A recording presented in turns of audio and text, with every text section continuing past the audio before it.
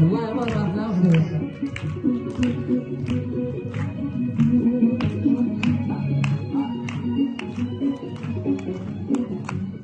احلى تحيه مهرة من الامارات العربيه المتحده. الحين التصفيات النهائيه قربوا يا عيال، قربوا يا عيال ابطال الحياه. نشوف حسن بالله هذا الجامع.